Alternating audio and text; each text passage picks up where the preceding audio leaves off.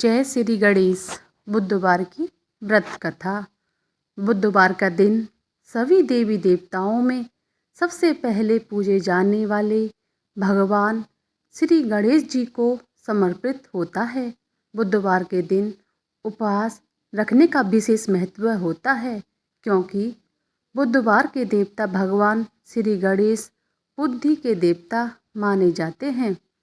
बुधवार की व्रत कथा। एक समय की बात है, एक व्यक्ति का विवाह हुआ। कई वर्ष बीत गए। विवाह के बाद उसकी पत्नी एक बार अपने मायके गई हुई थी।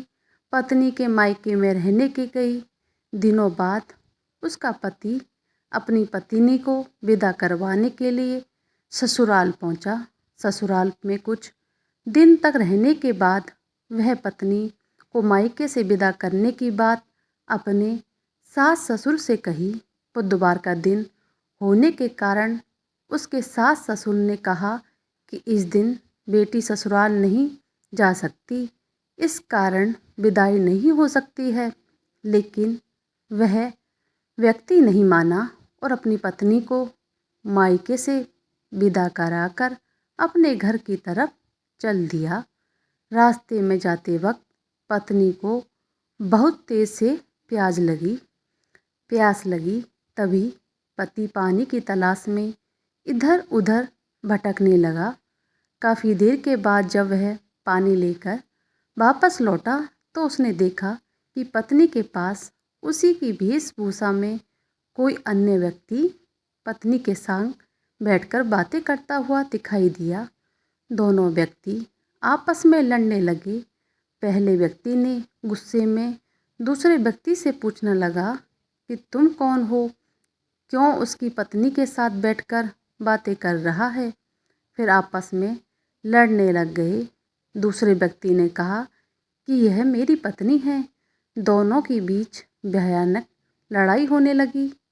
तभी वहाँ पर कुछ सिपाही आ गए और स्त्री से उसके असली पति के बारे में पूछने लगे। दोनों व्यक्ति को देखकर स्त्री हैरान हो गई। कौन मेरा पति है कौन नहीं, वह दुविधा में पड़ गई, क्योंकि दोनों एक जैसे ही लग रहे थे। तब वह पहला व्यक्ति परेशान होकर मन में कहा कि हे भगवान, ये आपकी कैसी लीला है।